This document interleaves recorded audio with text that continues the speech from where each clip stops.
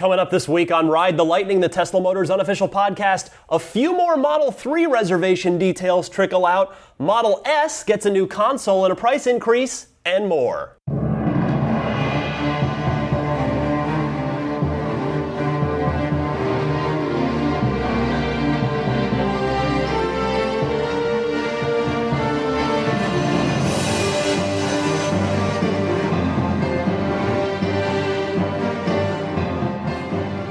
Welcome to the podcast this week. I am coming to you recorded live from Hawaii. I'm very, very fortunate to look out my window if I turn around behind me and see the Pacific Ocean. It is a spectacular view if you ever get the chance.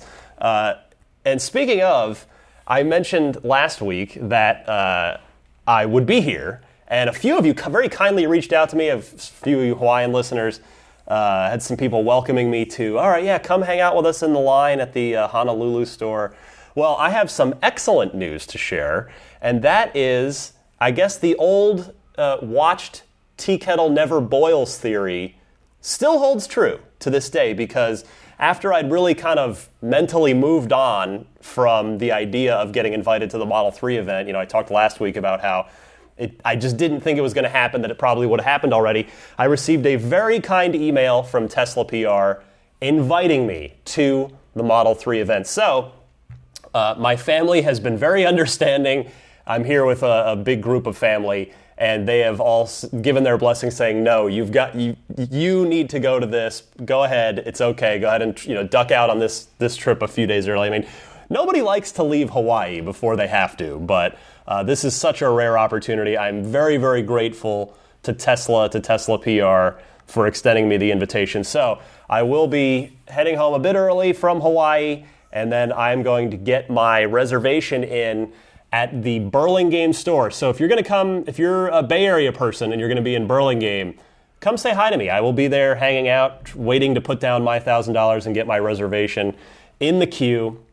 And then from there, I will be heading possibly straight to SFO to catch a flight down to LA. And it is going to be a whirlwind day, but I'm really, really excited about it. I can't wait to see the car. I can't wait to, I'll tell you what else too. I'm going to bring the recorder. I want to bring, like I was able to do with the Model X event, I recorded a little bit from there. But this time, what I'd like to do is, if any of you are going to be at the Model 3 event, I know Dave T is, he said so in his latest Tesla weekly newsletter, I'd like to talk to you. First of all, I'd like to thank you in person for listening to this podcast and for giving it a try. But I'd love to interview you too and put you on the podcast next week to get your thoughts on Model 3. So if you are going to be at the reveal event, feel free to email me, tweet me, and then we'll just try to find me when we're at the event in Hawthorne. So that is big news for me. I'm very, very excited, and I hope to bring you at least a little slice of what it's like from the event. So very stoked for that. Now, for me, I had another interesting thought this week, or at least interesting to me, maybe boring to you, but I thought about this after the invite came through, and, I've been waiting for Model 3 ever since I became aware of Tesla and fell in love with Tesla, which, as I told the story back on episode 1 when I kicked this whole podcast off, was 2009. I did a DeLorean Club event with Tesla. They were the start. Anyway, so Model 3 has been my next car for the last 7 years and counting. Still waiting for it. Sight unseen, of course. No idea what this car is, what it looks like.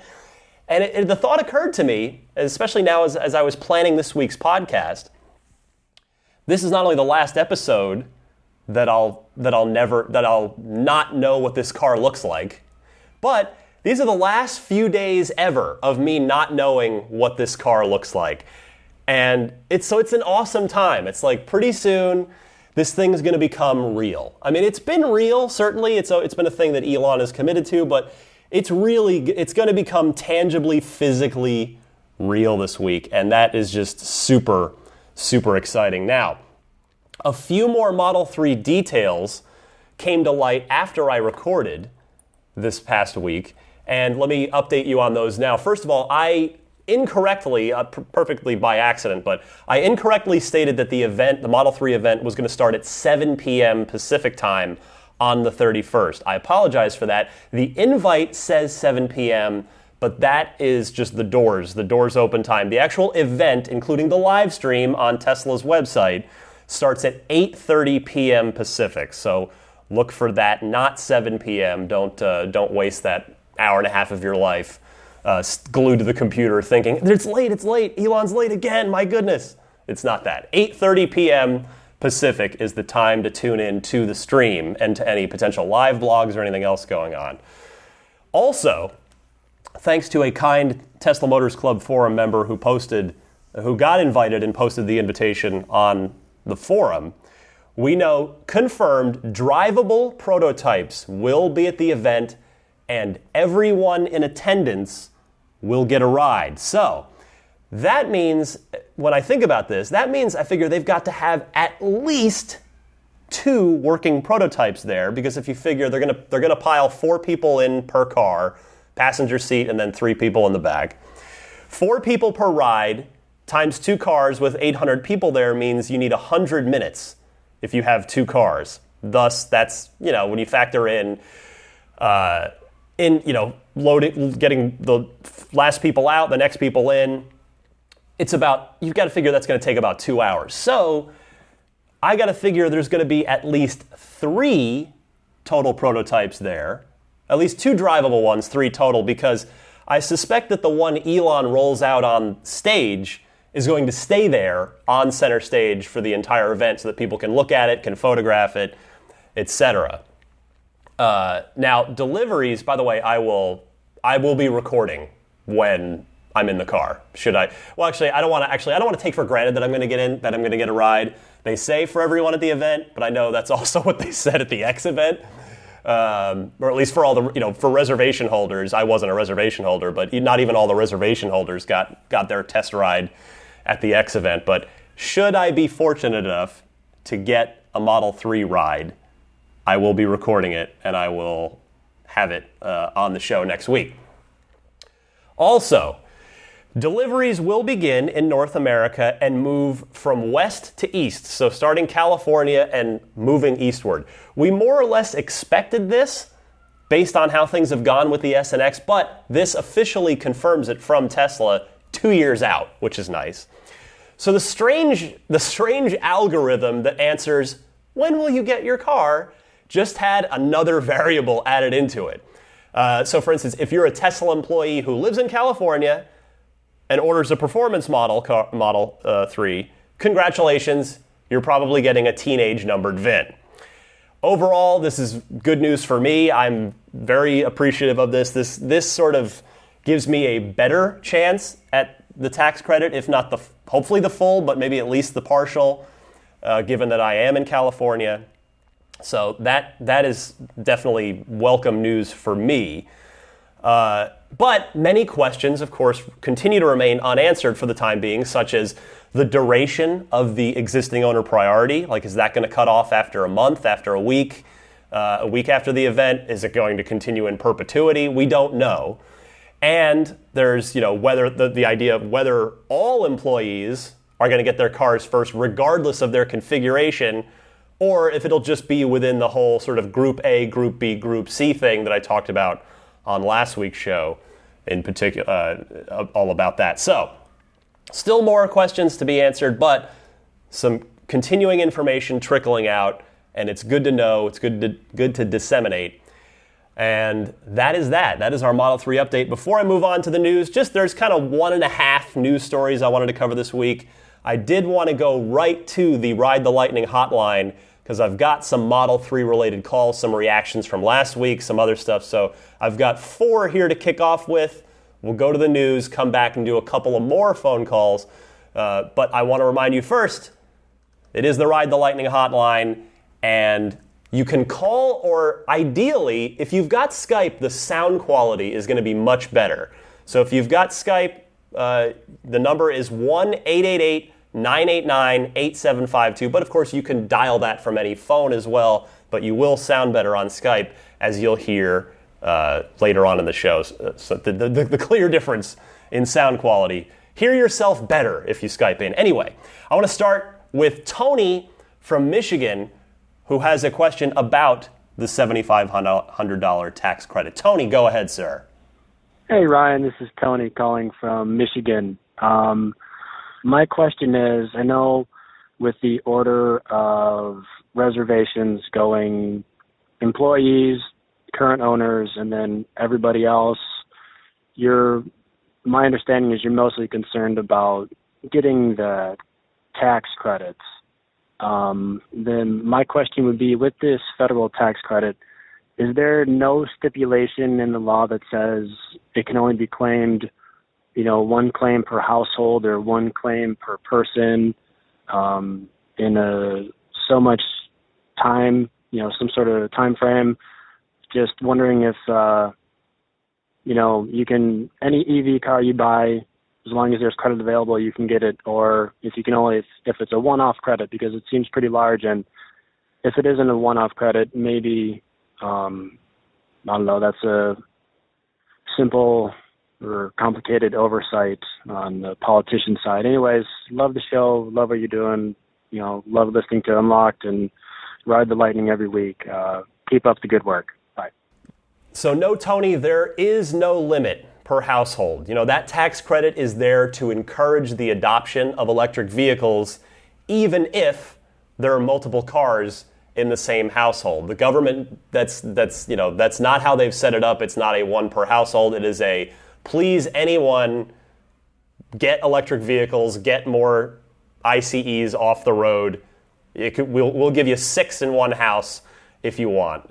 You could debate the merits of that. There is definitely an argument to be had there, but you can't argue with the fact that, and this is me speaking as a non-owner, someone who won't get the priority and whose tax credit status on Model 3 is very much up in the air. But I personally can't fault them for having it this way because of that very thing. I was like, hey, if you can afford 6 electric cars in your house, great, do it. We just want more electric cars on the road. I personally think the government got their hearts in the right place on that one. Next up, let's go to Logan from Colorado, who also wants to chime in on the tax credit situation after canceling his Model X reservation. He's got a little information for us. Logan, go ahead. Hey, Ryan, it's Logan from Colorado. I know we've spoken a couple times before. I just wanted to chime in on the tax credit. I know that I had my Model X reservation down. Didn't end up working out and had to cancel that to get ready for the Model 3 reservation here at the end of March. I did want to mention, first off, I never got a fee for canceling my Model X reservation. They refunded me the full $5,000. And then also, looking into the tax thing, the federal, like $7,500 tax credit you get from the federal government is just, in fact, that, a tax credit from the way I understand it. So unless you owe on your federal taxes, anywhere over, $7,500, you're not going to see the full benefit of that refund anyway. Now, the state refund is just a check cut to you with your state refund, if your state has any refunds or tax incentives you get for driving EVs. But the federal one is simply a tax liability credit, the way I understand it. So hopefully somebody can correct me if I'm wrong, but that's just the way I understood it. So hopefully that clears things up for some people. And yeah, man, I appreciate everything you do on Unlocked and on this podcast. So keep it up. Thank you. Bye. All excellent points here, Logan. Thank you. And I'm also, because I gave slightly poor information on this last week, I'm almost positive that what I said about the $50 processing fee on the on your reservation for S or X, I'm almost positive that applied to the S, but I'm glad to hear it did not apply to the X and that you got the full 100% of your $5,000 deposit back on your Model X. Moving right along to Jared in Philadelphia, who is thinking, his solution-oriented thinking for me here. He's wondering if I can lean on my cousin to help me out with Model 3. Jared, go ahead. Hey, Ryan, this is Jared from Philly. I got 2 comments for you. The first, I don't know why you haven't thought about asking your cousin to place your order for you, since he has a Model S already. he'll get a lot further ahead in line. Unless he's planning on getting his own Model 3, it seems to me that you've got a guy there that could potentially place the order for you. And when it comes time to pay, maybe you pay or you pay him or what have you, or share the tax credit if that's something you guys could do. But it seems to me that since you got family with a Model S, you have an opportunity to be a little bit of a leech. The second comment, I'm not a Tesla owner. I aspire to be one day. My thought is to get a used S or X once the 3s come out, once they get a little bit cheaper. But I think what Tesla's doing, having the employees get their cars first, followed by all the people that have been, loyal owners for the last couple of years, get the opportunity to get the 3 next. Then the new folks, I think they're doing it 100% the right way. Even if I, was like you and wanted the Model 3, which would be nice, but I think they're doing it the right way. So it's unfortunate for everybody with the tax credit, but the tax credit was there to help jumpstart the EV movement, and I think for Tesla at least, it's done that. All the more reason why they gotta get that price at the $35,000 to start, so that more people can afford it without the tax credit. All right, thanks a lot, Ryan. Appreciate your show. Doing a great job. Thanks.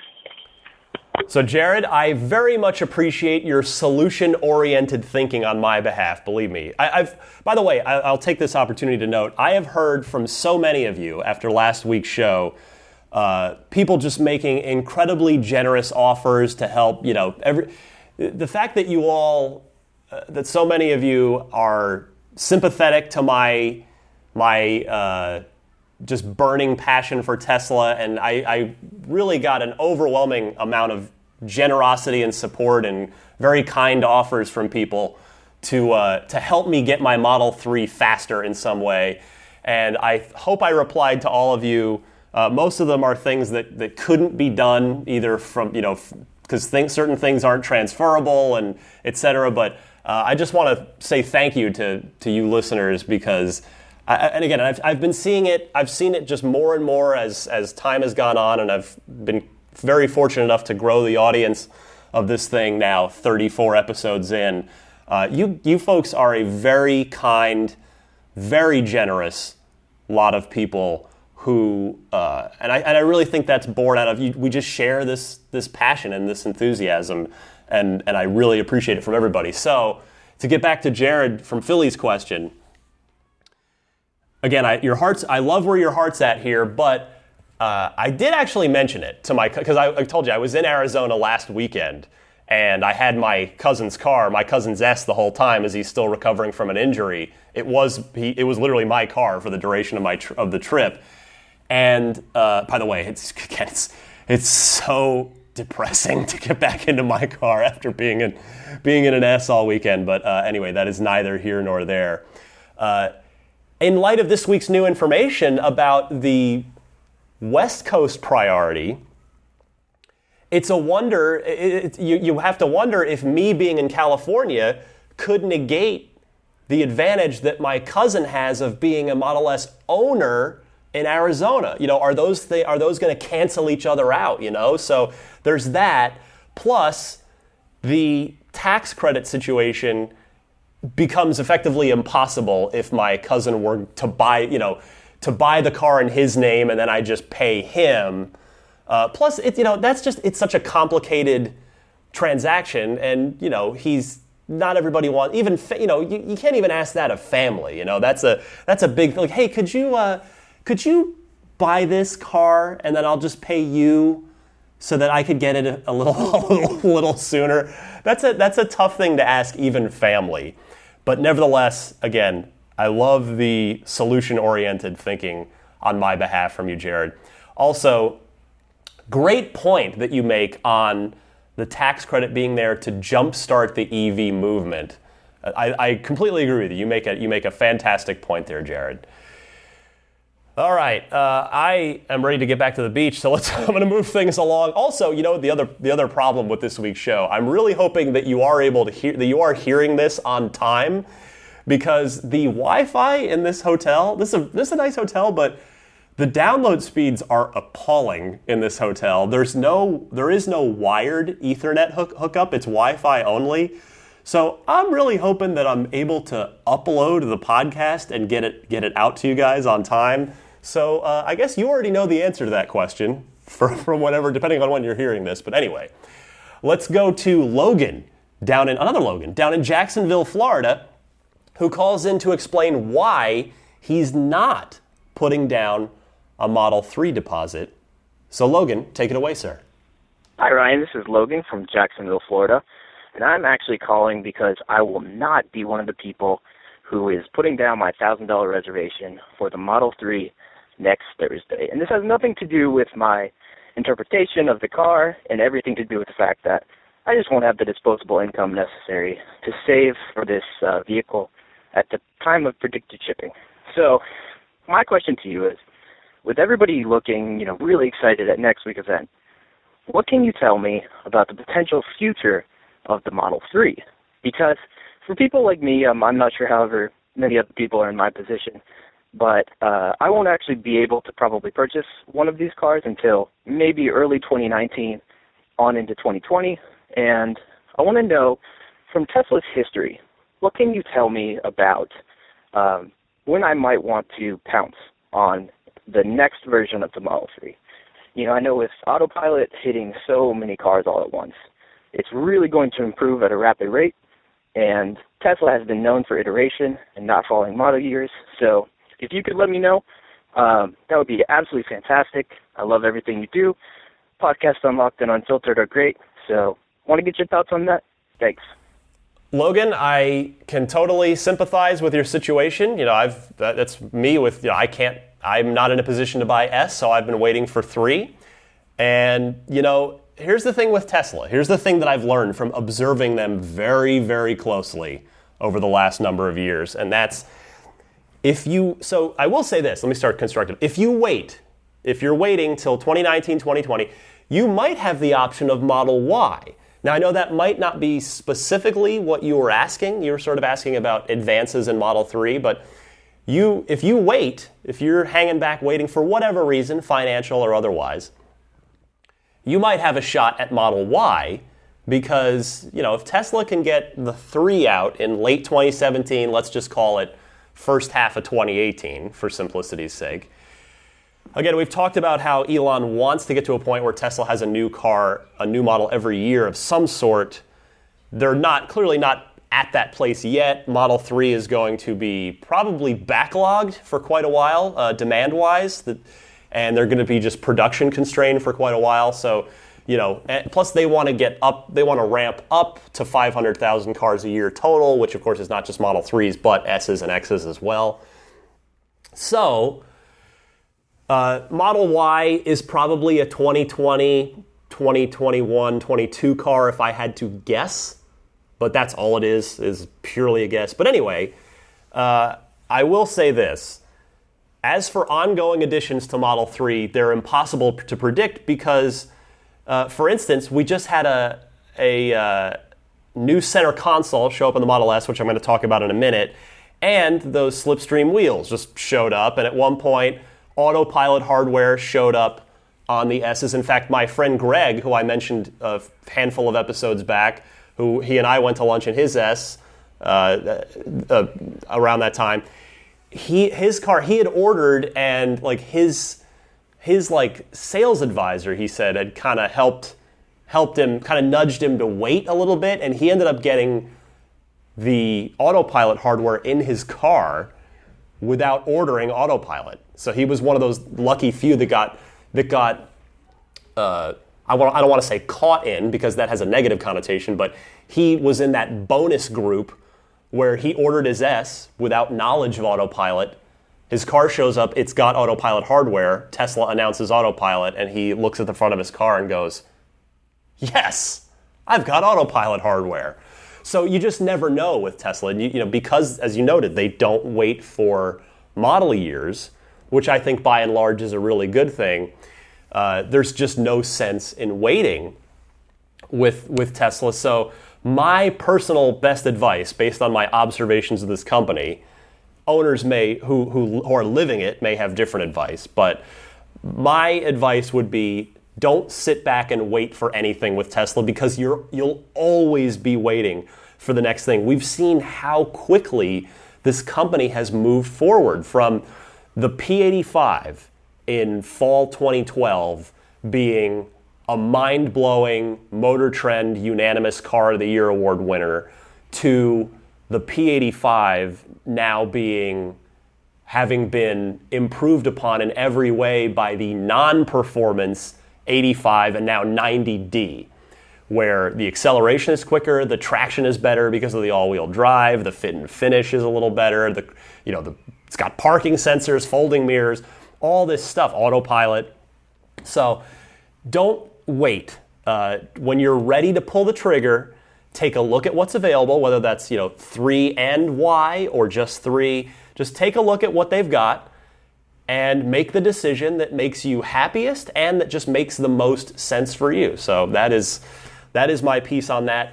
Thanks to everybody in the Ride the Lightning hotline this week. Again, a couple more calls that are not Model 3 related I'm going to get to at the end of the show, but I remind you that if you know someone special with an upcoming birthday, anniversary, graduation, or some other special occasion, you can give them a unique gift of recorded voices from friends and family telling them why they're special.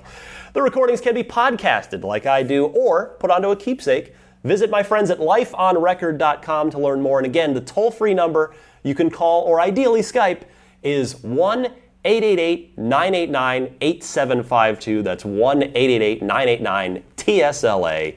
And I will be right back with the brief but relevant news of Tesla for this week, the calm before the Model 3 storm.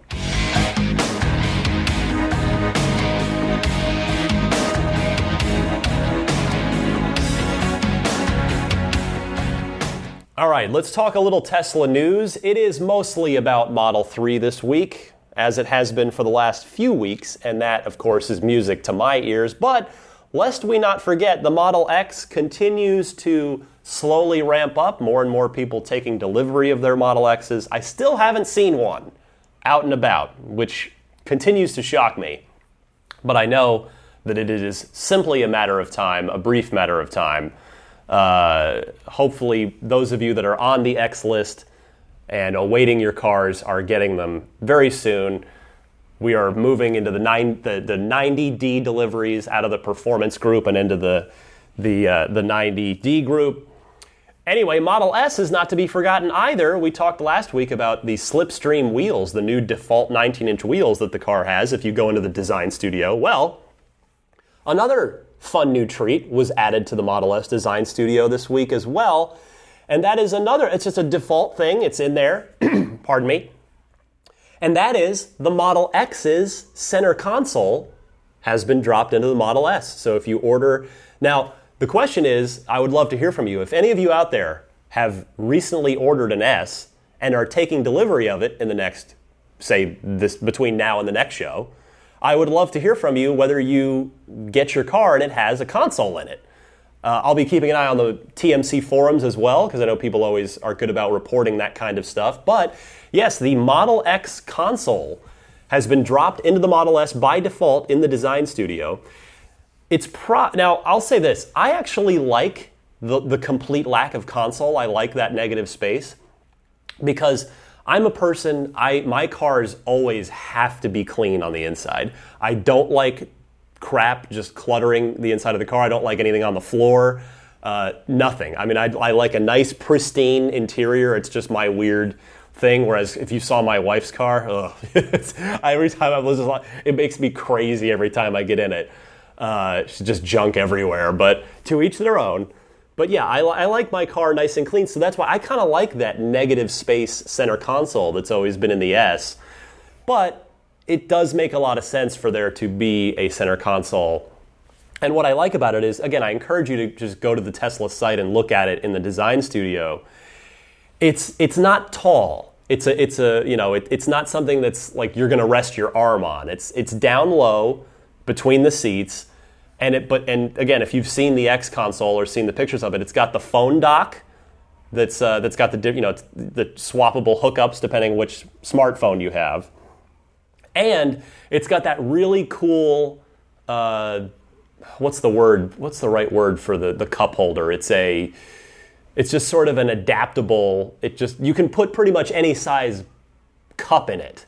It'll sort of stretch to fit. It's like seemingly a very intelligently designed cup holder for it. So I like. I mean, it is a nice center console. Don't get me wrong. And it's because before, if you wanted a console in your S, I know they've been back ordered a lot, and they were expensive. Tesla was charging, I think, something like, correct me if I'm wrong, I want to say either $600 or $800. I think it was like $600. That's the number that's jumping out in my head.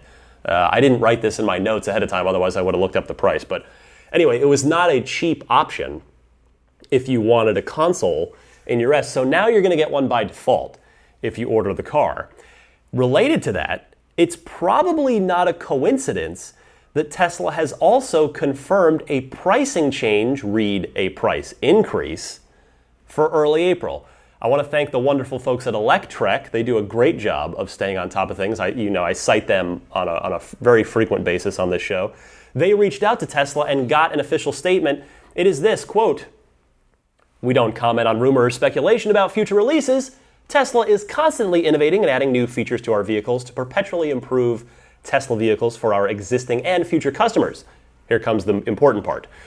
"We price our vehicles consistently throughout the world, which requires us to adjust pricing to foreign currency exchange rates.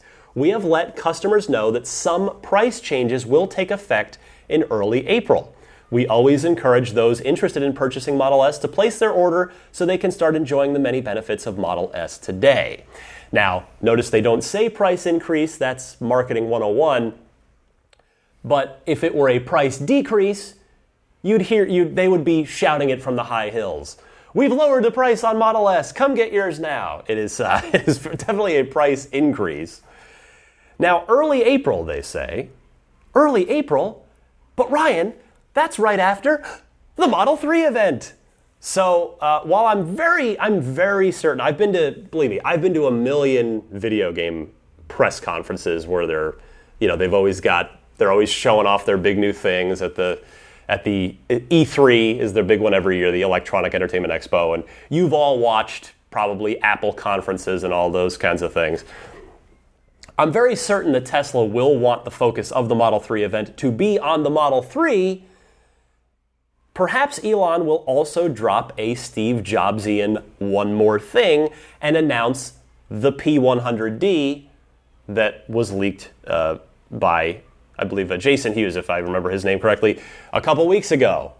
That, the P100D, which would, of course, easily, the P version probably won't top 300 real-world miles, but the non-performance version would. I could see that being a one more thing, and then I don't think Elon's going to necessarily mention the slipstream wheels or the console. But yeah, remember, we got the slipstream wheels last week. We got the center console in there this week. So is the P100D going to come along with it? Or is it simply, the price is going to go up a little bit. So you are going to be paying for that center console one way. It's not free. Yeah, maybe, in fact, who knows? Depending on how the price increase shakes out, maybe those of you that ordered one of the original Model S center consoles that, had to be installed after the fact and paid, $600 or whatever dollars was for it, maybe you guys are going to end up getting a bargain compared to new Model S buyers who will get this Model X console. But either way, the console does appear to be very nice. I mean, I've seen it in an X. It is nice. So that is that. We'll see what Elon has to say on Thursday, whether he mentions anything about the Model S. And on a fun note, while we still don't yet have a full review of Model X from any of the major automotive media outlets, such as Motor Trend, Car and Driver, Road and Track, Automobile, etc., we do have now a drag strip test of the car by Motor Trend. And surprise, surprise, it is the quickest SUV they've ever tested, period. Besting the BMW X5, Porsche Cayenne, Mercedes GLE 63, etc. They clocked it at 3.2 seconds to 60 miles an hour, 11.7 in the the eighth of a mile down the strip. I tell you what, I have sat in an X a couple times, but I really, really want to drive one to see what it's like. Now, of course, if you remember back from one of the December shows, I got to drive a Founder Series car for about 20 feet in a guy's drive in that very, very kind Founder's driveway back in December. But I really want to give that thing a real run. If I can convince Tesla to give me a review car in the next few months, once the production ramp has smoothed out, I'm certainly going to let all of you know about it. But I'm not even going to bother asking, considering that the big boys haven't even reviewed the X yet. They're certainly not going to give me one for IGN/this podcast up until, believe me, I know my place in the Tesla world, and I'm just lucky to be even on their radar and on their media list at all. But I know I'm lucky. In the video game world, IGN is a very high priority. We're a very big site in the video game space. But I totally get that in the Tesla sphere, IGN and definitely this podcast are still we're still very much in the low priority, and hopefully we're gonna work my way up, both IGN and Ride the Lightning. We're gonna work our way up that priority ladder for Tesla, and hopefully eventually maybe I'll be one of the first in line for review cars of things to share via IGN reviews and Ride the Lightning reviews. Anyway, that's it for the major news this week. I want to come right back, do a couple more calls from the Ride the Lightning hotline, and then I will get on out of here and prep for Hawthorne.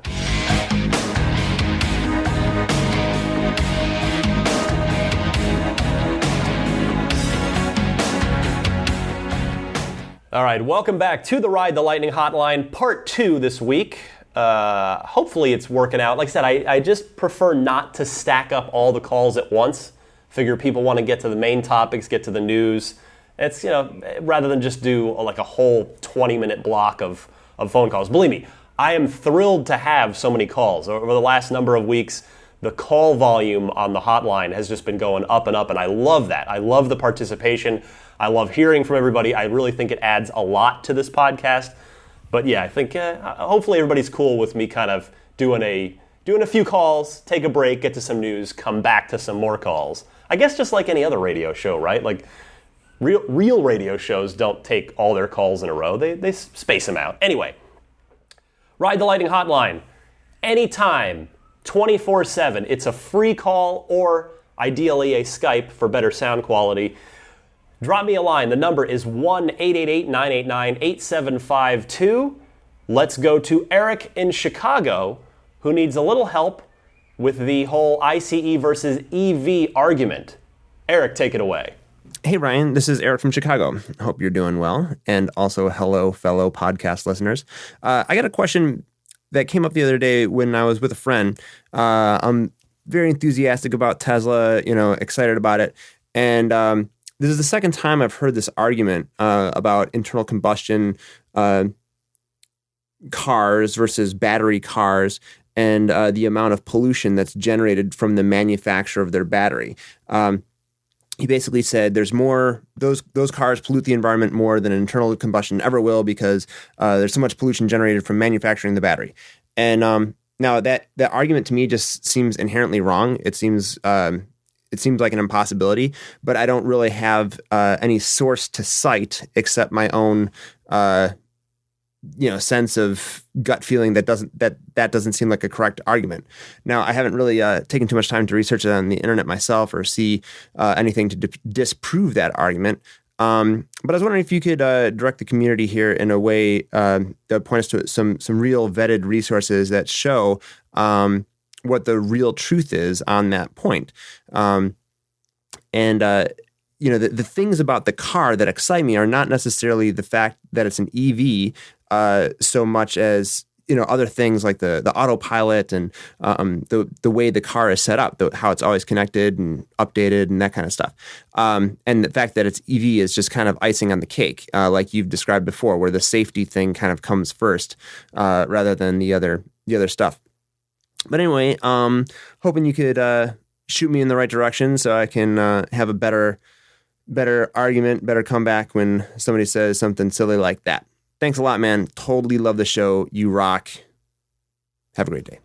Yeah, Eric, I see this a lot. I talked a few weeks ago about how anytime that we do a Tesla story on IGN, people will, in the comments, will chime in inevitably. There's this one of the first bits of FUD, fear, uncertainty, and doubt that gets thrown out. Like, oh, their electric cars are actually more polluting. Like, that's a crazy one.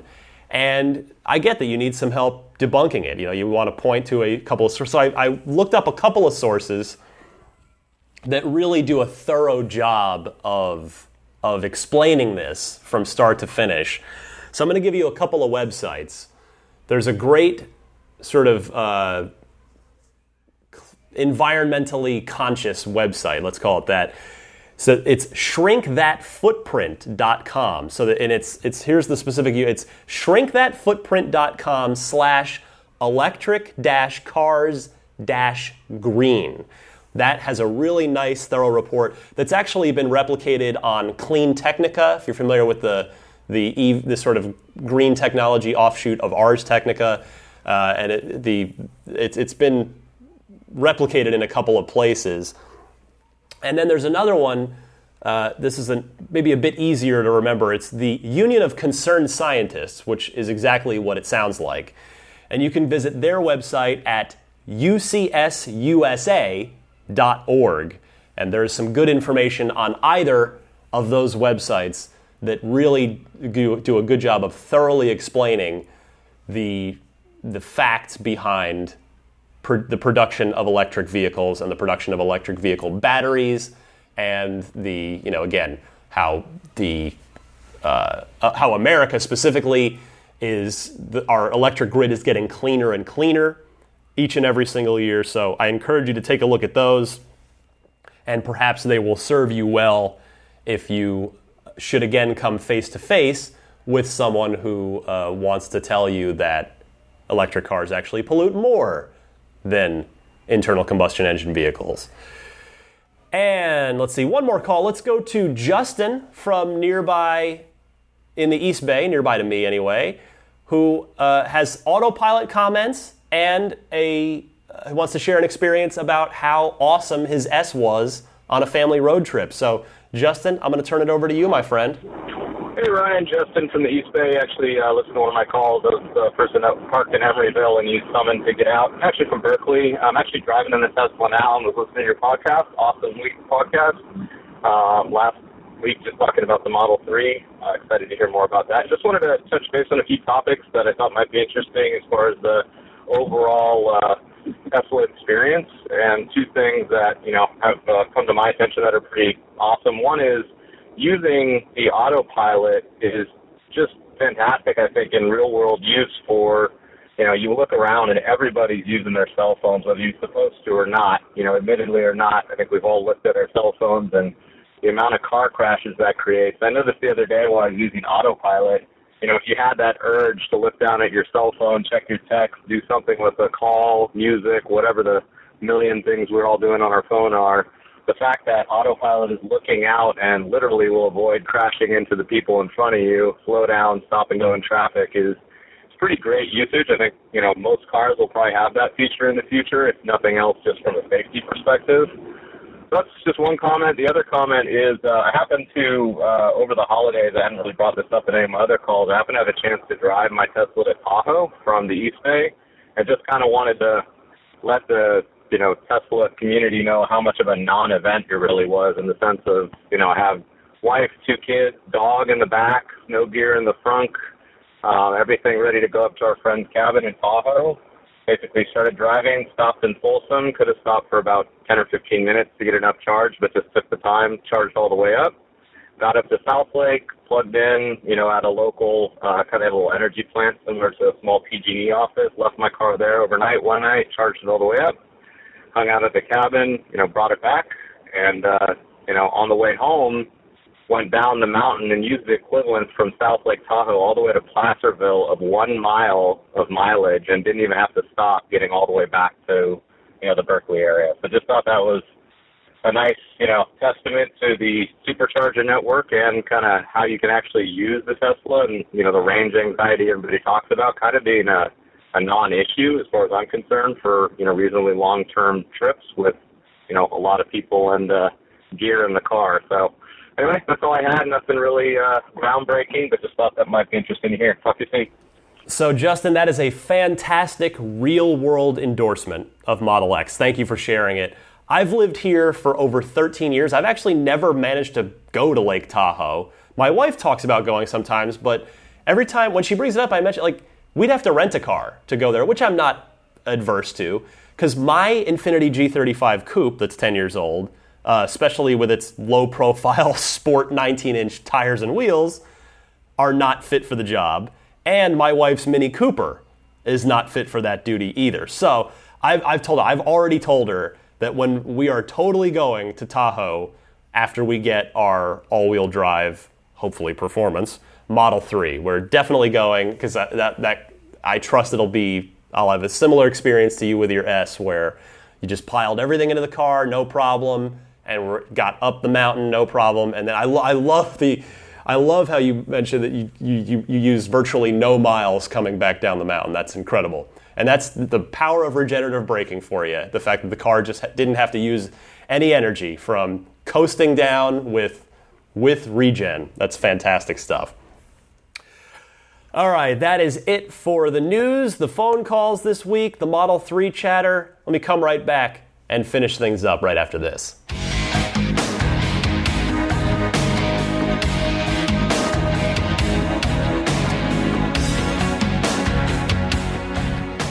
I want to remind you that the current version of the Model S referral program is still going for a little while longer. If you are planning to buy a Model S, please use this referral code, ts.la/Peter6387. That's a URL. Just put that into your browser. That'll take you to the design studio. And that referral code belongs to Peter Kjærsgaard from Denmark, who offered me the Model X should he win it, because if you use that referral code to buy your S, you're going to get a $1,200 credit towards your home charging installation setup, and Peter, by extension me, will get an entry into the raffle that's being held. The winning draw will take home a ludicrous Model X, which would literally be a most amazing thing that could happen to me Tesla-wise, because I love the X, I love the Falcon Wing doors, I love the windshield, and I've actually not yet driven a ludicrous car.